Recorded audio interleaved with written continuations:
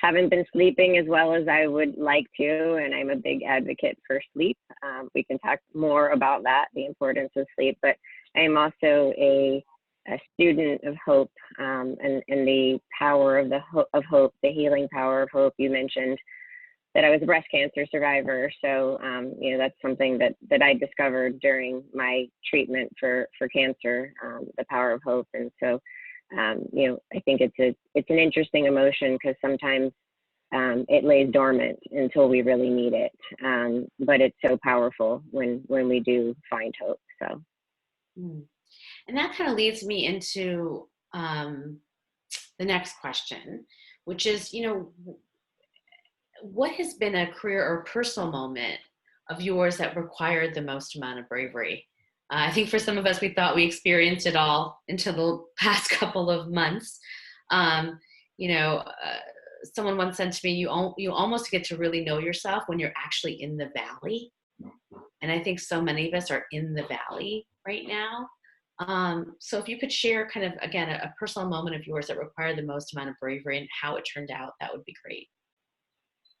And viewers, get ready to answer your icebreaker question with the poll features.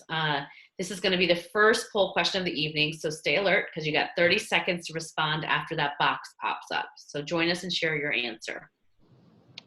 Yeah, I don't mind Reshma going first. I think my most brave moment happened for me probably about 5 years ago. And so I will just share with most of you, because similar to you, I'm a technologist at heart and with training. You know, my undergrad is computer science, and I have an MBA from Kellogg. But really, I really enjoy solving business problems using technology and innovation. And right when I hit a stride in my career, in 2015, I really felt like my career had become a stalemate, right? Like that it stopped growing. So I did something I was truly uncomfortable with, which is to take a big risk. In talking with one of my sponsors and advocates, they told me, you know, I needed to leave an area that I was very comfortable in, learn something brand new, and really get out there and offer. And for those of you that are used to operating in your comfort zone, not only this time has probably shooken you to your core, but when you're in your company, you will have moments that will shake you to your core. And this was one of those moments for me where I took a calculated risk to move out of IT into our business operations. I had to learn HR from scratch, and I really fell in love with it and ended up doing something amazing for myself in this space. And so I think the one phrase that I'll kind of share is that through fear comes courage. I love that. And I wanted to share this kind of corporate message with you, because you'll find yourself in lots of situations like that where through fear you can get courage, and courage will be the thing that really helps you transcend into new areas. That's powerful. Thank you for sharing that, Tracey. Jennifer? Yeah, so I think, you know, the moment for me was about 6 years ago. I have been at Deloitte for 21 years in various roles. And this moment that I'm getting ready to describe is what actually led me to my role as Chief Well-being Officer. And so about 6 years ago, I found myself completely burnt out. I woke up one morning, I could open my eyes, but I really couldn't actually even get out of bed and engage in life and work in any meaningful way.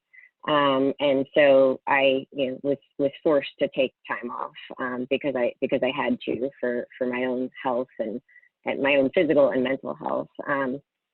And in doing that and kind of coming back from burnout and defining what well-being meant in my life, defining what boundaries meant in my life, and really looking at what I wanted to do and who I wanted to be, as opposed to just kind of going from one thing to the next. You know, I had always, you know, I'd been successful because I always prided myself on, you know, being the hardest worker, working the longest hours, and, you know, letting my work speak for itself. And that was what would get me the next role or the next promotion, without really being intentional about what I wanted to do and you know, what was important to me in my life. And clearly I ended up burned out. So I don't recommend that as your strategy.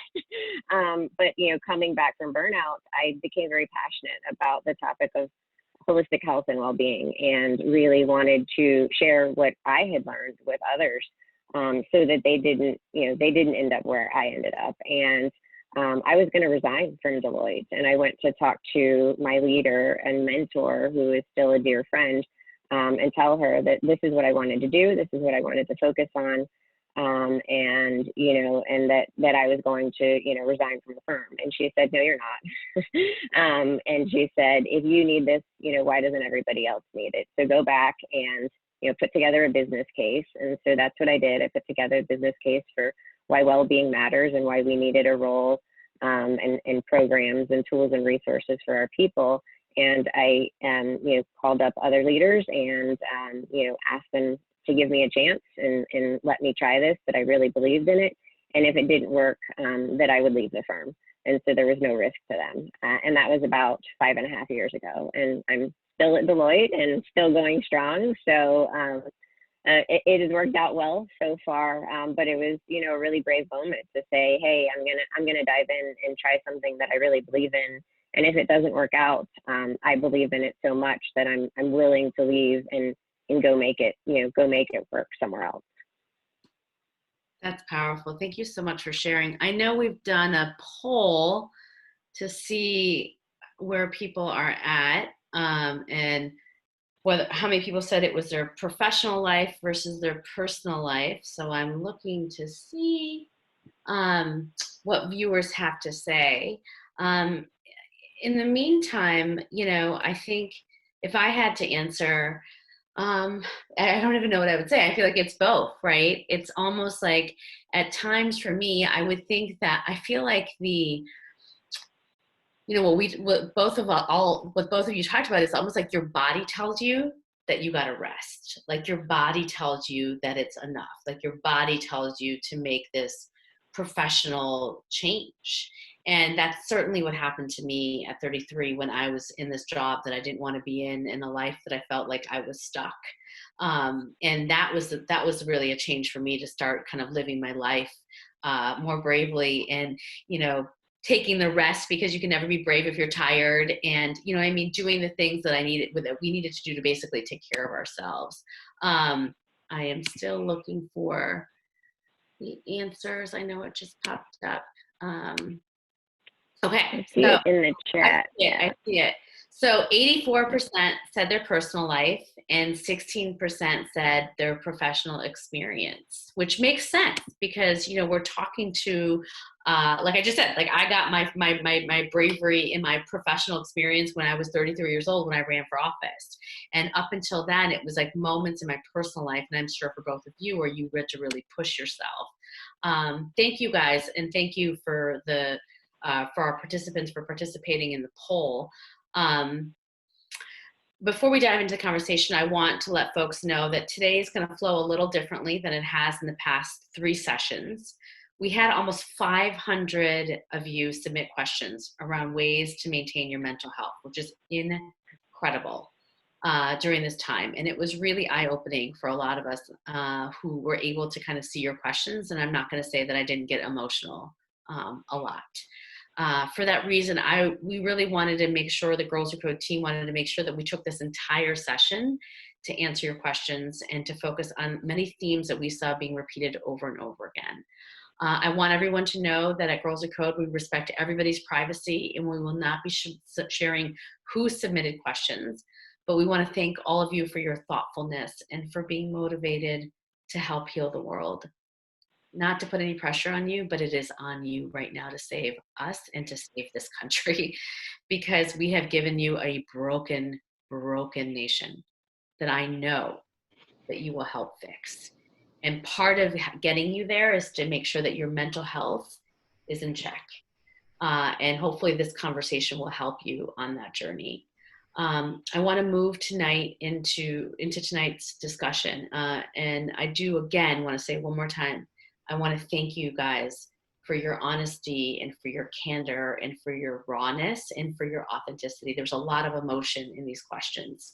And I know it takes a lot of courage to submit them. So again, on behalf of all three of us, Tracey, Jennifer, and I, we want to say thank you. Yes. So the first questions we're going to talk about are some of the COVID related questions.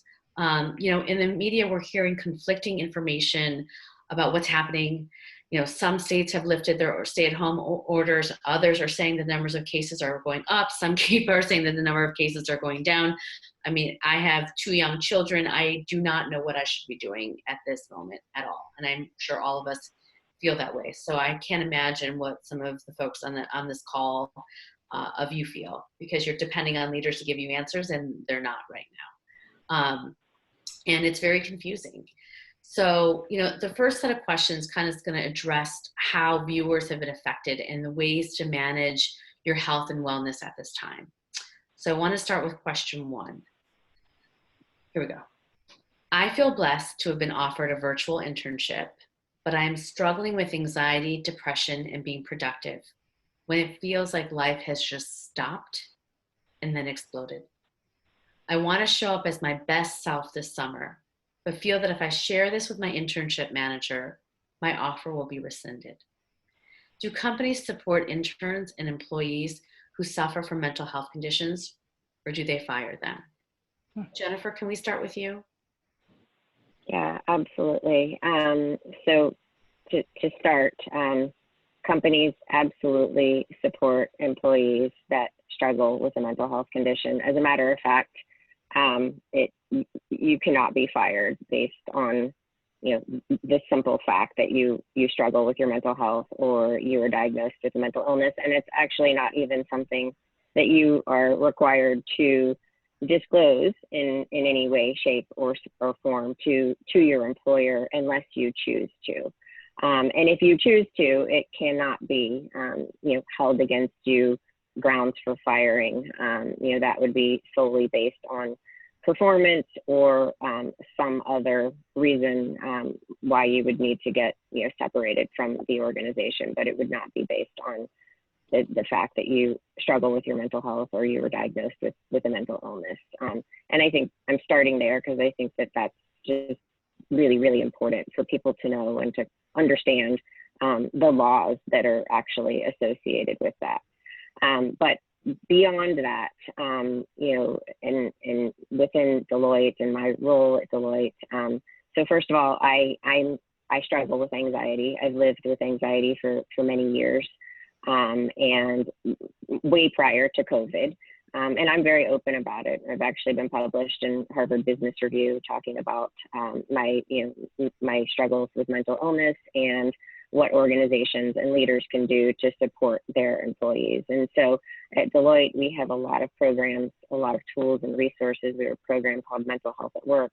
We deliver mental health first aid training so that everybody understands what mental health and mental illness is and how they can support one another and have compassionate conversations with one another about their mental health. But I would say also to whomever submitted this question and just anybody that's feeling heightened levels of anxiety, depression, worry, whatever it is you're feeling right now, first of all, know that it's totally normal. Every single person on the planet is having their mental health impacted right now. And if they're not, I want to talk to them and study them because the rest of us have something to learn. And so I think that that's really important, just to know that it's okay not to be okay all the time, and give yourself some grace, some compassion, some self-empathy. And if you do need help, reach out and get the help you need, whether that's, through a friend, family, in the community, or, through your employer. But do not let it persist. Do not struggle alone. You don't have to, and it is absolutely nothing to be ashamed of. We really need to do everything we can to normalize the conversation around mental health, in much in the same way we do as our physical health. Thank you, Jennifer. I appreciate you saying that. It's true. There's a study out that I think 86% of people right now are experiencing anxiety, depression, suffering from some mental health issues. Yeah. It's you're not alone. You know, it's literally You're every. not, you're not alone. Yeah, I think the stat was before it was one in five would struggle with their mental health in a year, and now it's 4 in 5 given COVID and then all of the racial injustice. So it's literally all of us. Yeah, it's all of us. Tracey, Mm-hmm. I just want to, first of all, I'm just so humbled by that question because it just shows how courageous, right? You all are to just ask for something that's going to help you. And I just want to start by saying you have to be willing to give yourself some grace. Between COVID and the systemic racism and inequality that's literally on the display for the world to see, we're living in unprecedented times. Navigating normally would be interesting. Navigating through this is a new reality. And so there's a couple of things I want to share. First, your question around how can you set yourself up for success, right, with your virtual internship? I want to encourage you to advocate for yourself. You really should speak to your internship manager and understand what's expected of you. Also, what you really need to be successful, as you head into the summer. And so try to think about ways that you could balance, your work commitments with things that you need to do to just get personal relief from stress. And use it as a time to advocate and negotiate the schedule that works for you. So this is a time for self-advocacy, and it's a time that everyone would understand, and you don't have to feel like you're alone. Secondly, I think, Jennifer hit it right on the head. It's not acceptable to discriminate against anyone with a mental illness. In corporate America, in the nonprofit space, we all don't believe in that, and we have built a structure to support you. And so at Accenture, we have this philosophy, and I'm sure you've heard of it, Reshma, about truly human. We believe that people bring their whole self to work, which means your mind, your body, your heart, your soul, right? You're all of that. Your mental well-being is as important as your physical well-being.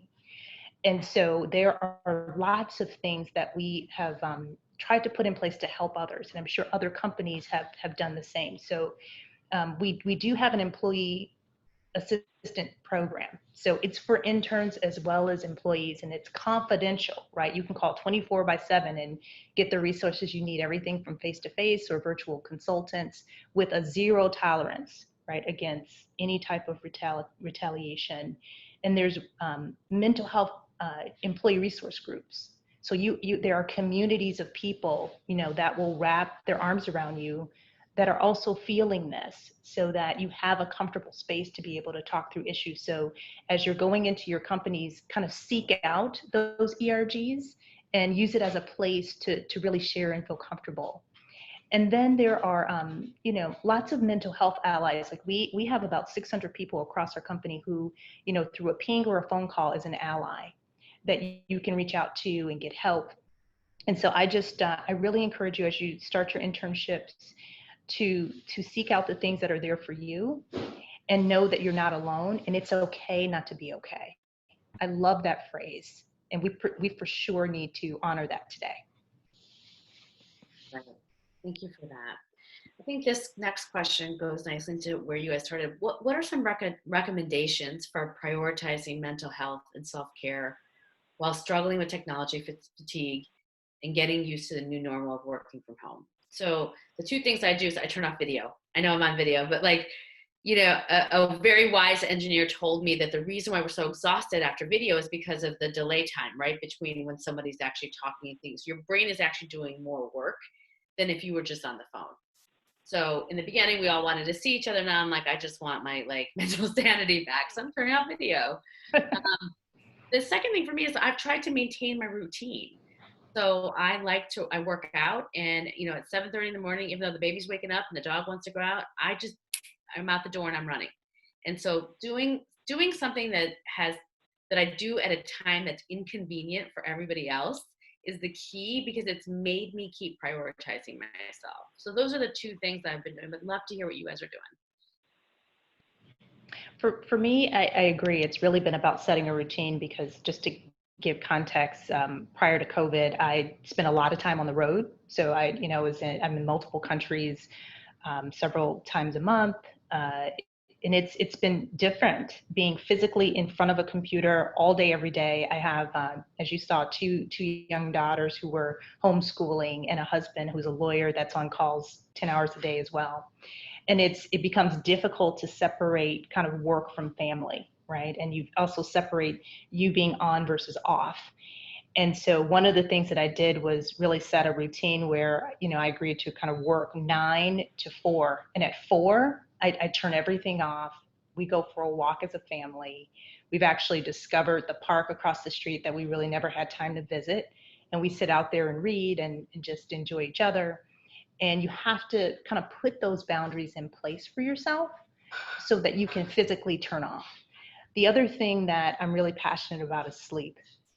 Sleep is an essential part of recovery that your brain, your body needs to be able to be at its best every day. And so a lot of people don't realize that not getting enough sleep is just detrimental to your overall health. And so although I fail at it most times, I try to get at least 8 hours. My downside is 7 hours, but I don't really go past that because it's so critical. And then I would say the third thing is, and hopefully this will help you, is practicing an attitude of gratitude, particularly right now. As I start to think about, other people's situations, what's going on broader in the world, I truly appreciate, one, having a job, being able to contribute and being able to help others. And that has been uplifting for me. There's actually a great book that I'll see if I can quickly find the link. It's called The Book of Joy. It's co-written by the Dalai Lama and Desmond Tutu.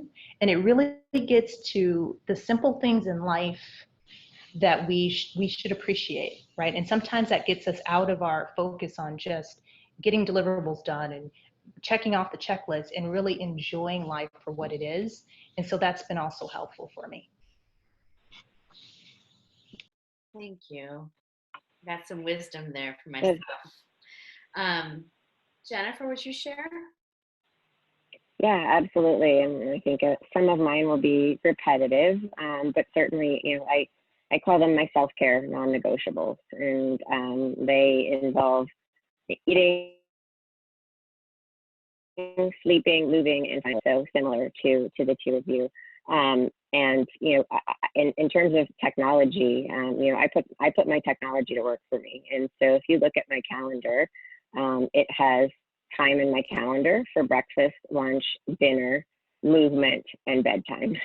Those are blocks in my calendar, and I stick to them just like any other meeting, or actually the most important meetings and appointments that I have. And that doesn't mean that I can't be flexible and they don't move around here and there a little bit, but it means that if it's in my calendar, I will stick to it, and that it's important, and that I don't let, I hold my boundaries.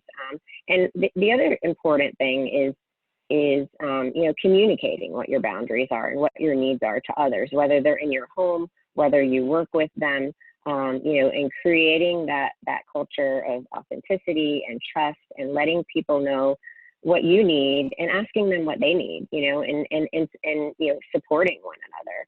And so I've found that to be really powerful. I think, the power of routine. Routine is so important right now to help us, maintain some sense of normalcy. Both of you, echoed that. And so I think, all of those things are important. And then one final strategy that I will share, I mentioned before that, I live with anxiety and struggle with anxiety. And prior to COVID, I used to wake up in the morning and do a little gratitude journal, or write 5 things that I was grateful for. And with all of the anxiety that I've been having because of COVID, instead, I switched my gratitude list to an out of my control list. And so I wake up in the morning and I write down all of the things that I'm worried about that are completely out of my control, that I can do nothing about.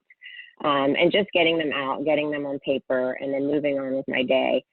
but also a couple times a week. You know, in the beginning, I did it every day. I have a 20-minute worry appointment on my calendar. And for 20 minutes, I sit and worry about all the things that are on my out of my control list. And it's honestly has become like torture. Like by the time the 20 minutes is up, I'm so tired of worrying.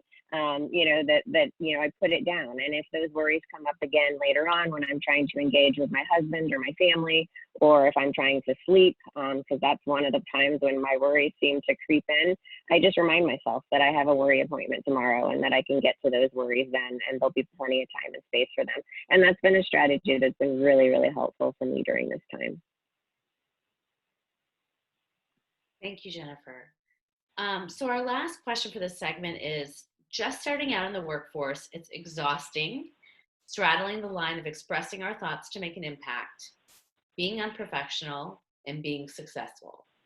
How have you identified reasonable goals, stayed productive, juggled work-life balance, and prevented burnout throughout your career? Woo!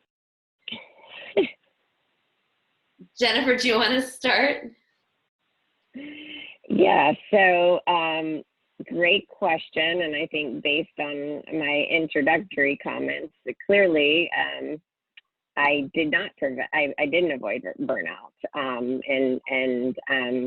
So it was not something that I did really well in my early days. And I think many of the things that we have already been talking about are really, really relevant. But you know, getting clear with yourself by finding strong mentors, creating a community for yourself of people that will talk through your goals and your problems and help you find a path forward is really, really important. And it's people that are from all walks of life, different ages, different races.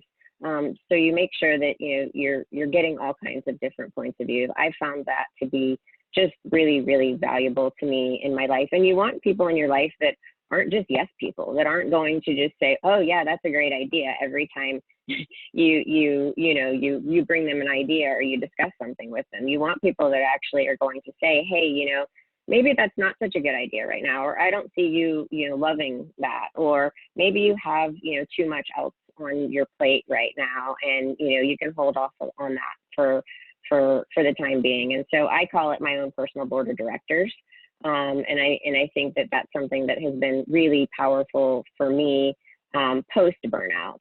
And just the whole conversation around boundaries that we have. I mean, boundaries doesn't mean always saying no. I think boundaries get a bad rap because boundaries just, sounds rough and tough.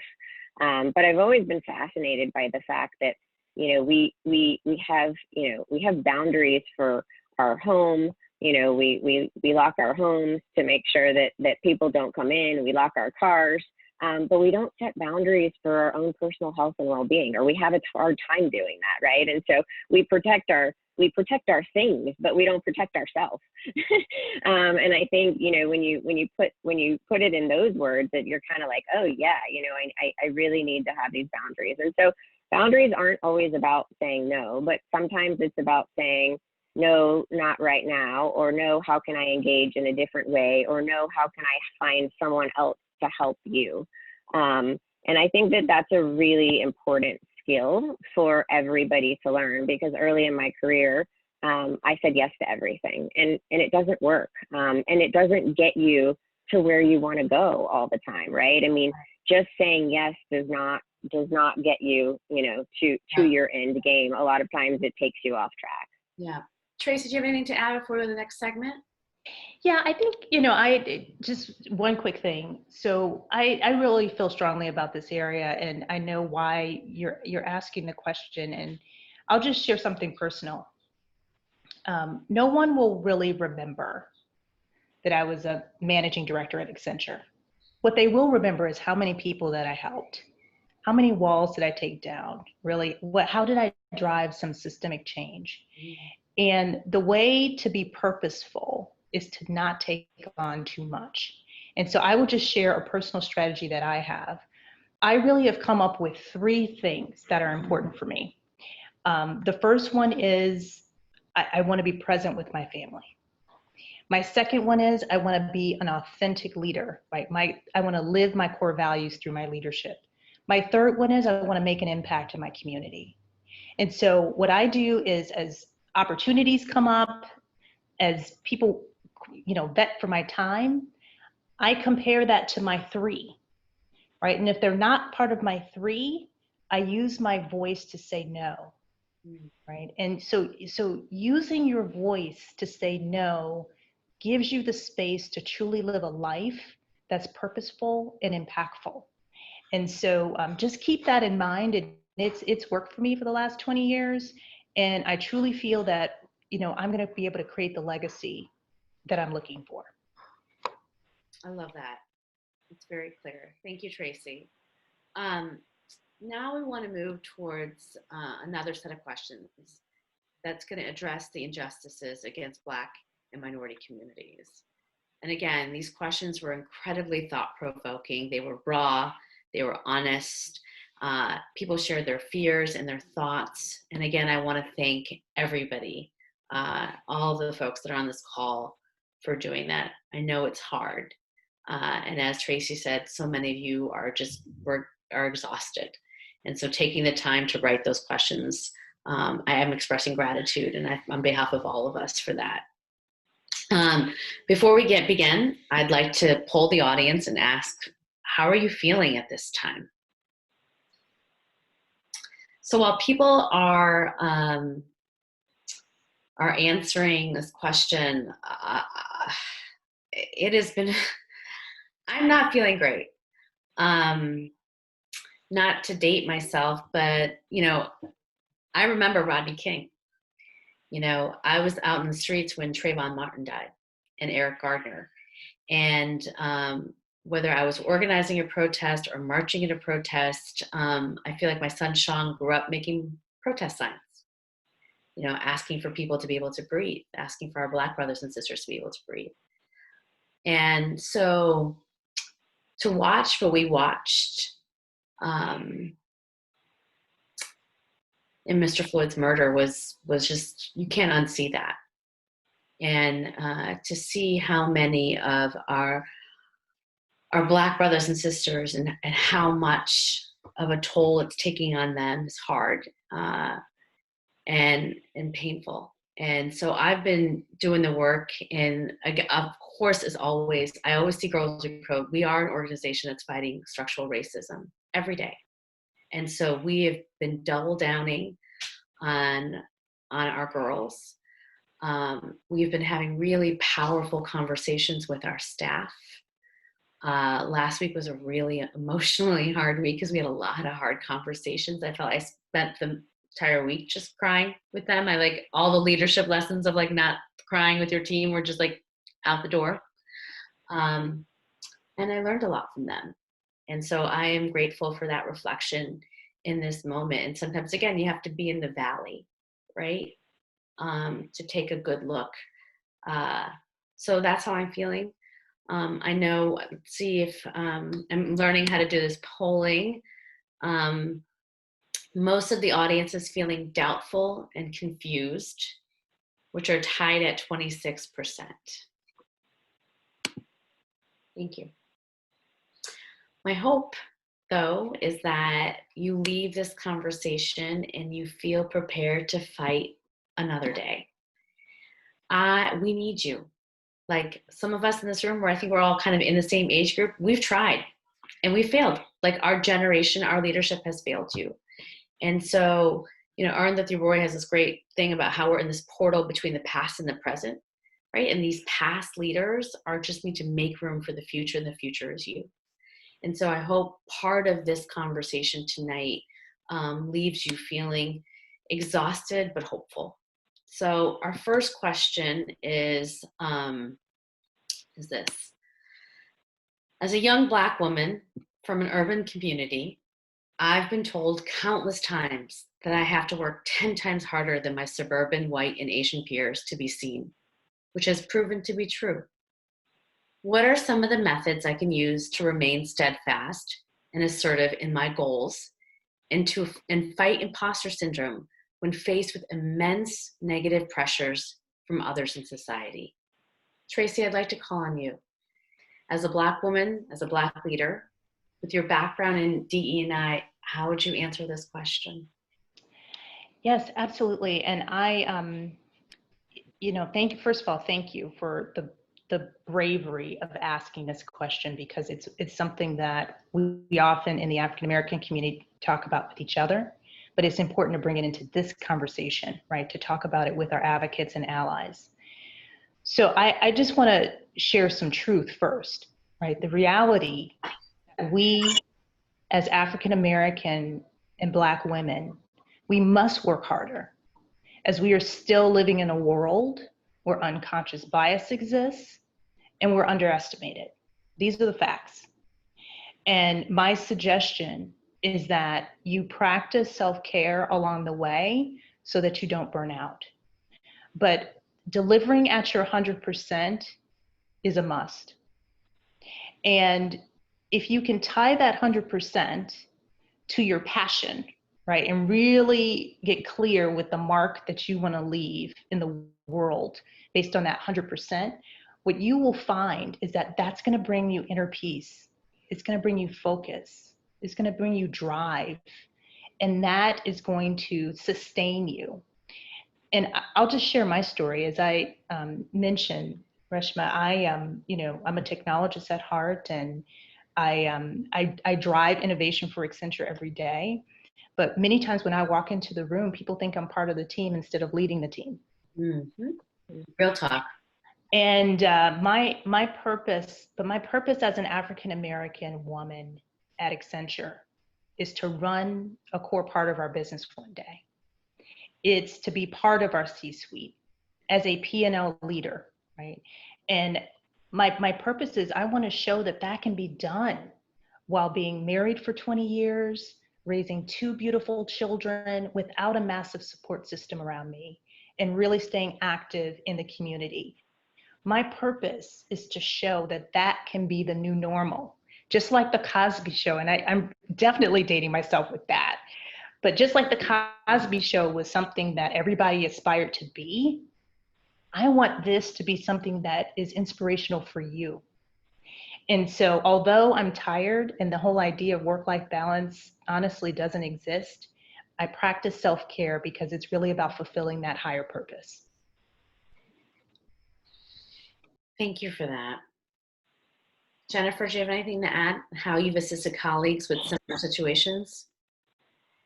Yeah, I mean, first of all, thank you, Tracey. That was very powerful and inspiring for me, and I'm sure so many people listening. So, I appreciate that, and I think it's really important for me as a human being, but important for me in my role to support our colleagues, be an ally, but a huge advocate for our African American and Black colleagues and women in particular, and to truly help empower them to make sure that they are taking care of themselves, because that is so critical along this journey, especially now. I mean, just the amount of emotional fatigue, the trauma, the grief, which is really a very misunderstood emotion, and is not linear, and is something that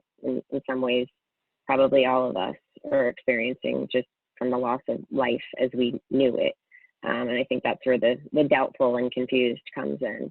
But my passion and my purpose is really to empower people so that they understand that self-care isn't selfish. Self-care is essential if you are going to change the world, and those that we're talking to today are truly going to change the world. And so you have to prioritize that, and don't ever let anybody tell you not to.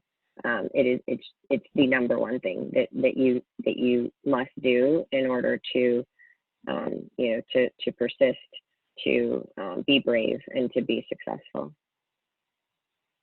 Thank you. So our next question, How would you suggest navigating a workplace where you're seen as a token minority? How do I relieve the pressure of feeling like I have to represent every woman of color in every conversation? Wow, right? So I'll start with the first one because I get this question all the time when I'm speaking at companies, and like women of color will come to me and be like, I don't feel like I belong here. And I look at them and I'm like, you belong here and then some, because you had to work 10 times harder to get here, right? And so part of it, it's almost like the secret that like I know, but it's a secret. Like they really don't believe that they are that, like the guy over there, like he's the one who snuck in, not you. And so part of it is like this journey of like, how do you teach women of color to tell that voice in their head that tells them that they're not good enough, that they're not strong enough, to just be quiet, you know? And so that is one of the things that I am like on a journey to teach our young women. Tracey, I'd love to hear from you, and you too, Jennifer. I just think that that's so powerful. I really do. So first, let me just be clear and talk to all of you as a woman of color. You have been selected to join the organizations you are in because of the skill that you have, because of the unique value that you bring. I need you to just take a minute and digest that. And once you've digested that, I want you to understand that you're never going to be in control of other people's perceptions of you. So don't apologize, don't overcompensate. You lay faith in the fact that you were meant to be there. And then what you do is advocate for yourself again. I think one of the first things that you have to do is deliver and perform. If you don't leave this call with anything, that, to help Reshma get past this inner voice that we said is inside of our head. Delivery and performance yields results, right? And in companies, results speak for themselves. They're unrefuted. So regardless of the perceptions that people may have or the unconscious bias, when you get to the results, that becomes your ability to continue moving forward. The second thing you do is what I think Jennifer spoke so nicely about, is really build a group of board of directors around you, right? Your personal board is your sponsor, right? Like having a group, there's nothing like a group of powerful sponsors who can tell your story and help advocate for you to get into new roles and do things. And you'll quickly tell that I love to read, because there's another book that a person on my personal board of directors gave me to read. It's, I think, from Harvey Coleman, and it's really about the unwritten rules inside of companies. And you want people whispering that wisdom to you along the way. So as you're delivering, right, you're not bumping into things that persist because of cultural and systemic issues that you don't need to. And then I would say the last thing you need to do is really realize that if you think about a circle, and I talk to my mentees about this all the time, and the circle is 100%. 10% really represents your skills. It's what you bring in the door. 30% represents your image. How are you showing up? And so that bringing that confidence, being willing to kind of come to the table and lead. The entire rest of that circle is about exposure. And so sometimes we get so focused on heads down, doing the skills, doing the work, and we forget to look up and think about the exposure that we need to kind of keep going. So leaning on your personal board of directors, owning the things that are in your control, not out of your control, will help you be successful. I got to go to the last question. Jennifer, I'll let you start answering this one. So, although I am not Black, I want to support the Black Lives Matter movement, but I don't want to be arrested, beaten, or seen as not employable for speaking out on the internet. How can I safely make sure I let people know I want to help those in need and help sustain real change once the outrage is over? Yeah, so I think that's a question that many of us that are non-Black right now are trying to figure out. And for me, that looks like learning, listening, researching, reading. One of my passions is mental health and reducing the stigma around mental health, and creating a system that is fair and equitable for everyone to get the mental health care that they need. And so I have spent a lot of time in the last several days learning about the history of mental health in the Black community, so that I understand where they're coming from and what will be helpful for them. And just letting my colleagues and my friends know that I'm there for them, one-on-one, through encouraging text messages. I have been speaking out on the internet. I think that is a very personal choice that you have to make. If it's something you want to do, I feel very passionately about it, and I think that it is something that needs to be said and needs to be heard over and over again. And it's not something that we can get all outraged about and put down 3 weeks from now. That's not what we're being asked to do. That's not what we need to do. And so I think that the internet is a personal choice. I don't know whether you would be I don't know if you would be judged or not from a work perspective on that. I think many great organizations are actually speaking out on this issue directly on the internet as well. So I think that's a personal choice, but I think there's a lot of other things that you can do to support your Black friends and colleagues right now, and donating money as well. But for me, it's really learning, listening, and doing my research and figuring out where I can truly help, and focusing on what I can control. Yeah, don't worry, I'm not going to tell you go get arrested, but I kind of want to. But I think this is the moment to be an ally and to be an active, vocal ally. That's what we need. Like, that's what we need right now. Black people have been in the streets fighting for justice for all of us, not just for them, it's for all of us.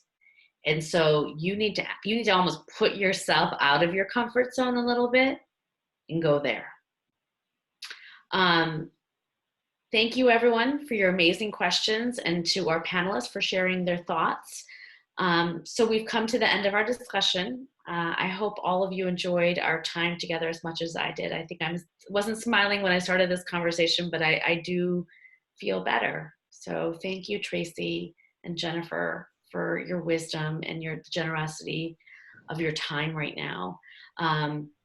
Let us know if you enjoyed tonight's conversation by completing our 1-minute survey to give us feedback. So pull out your phone, go to the camera, hover over your QR code on your screen, and complete your survey. We are a data-driven organization. We want your feedback. We want to improve. We want to get better. We are here to serve you. And the only way we can do that is if you tell us what you need. So fill out the survey. On behalf of Girls Who Code, again, I want to thank Tracey and Jennifer. I want to thank my Star Girls Who Code team who put this together, and Ashley, Emily, all of you guys are amazing. And thank you for putting this talk series together. Be sure to follow us on social media, and please, all of you, have a great night.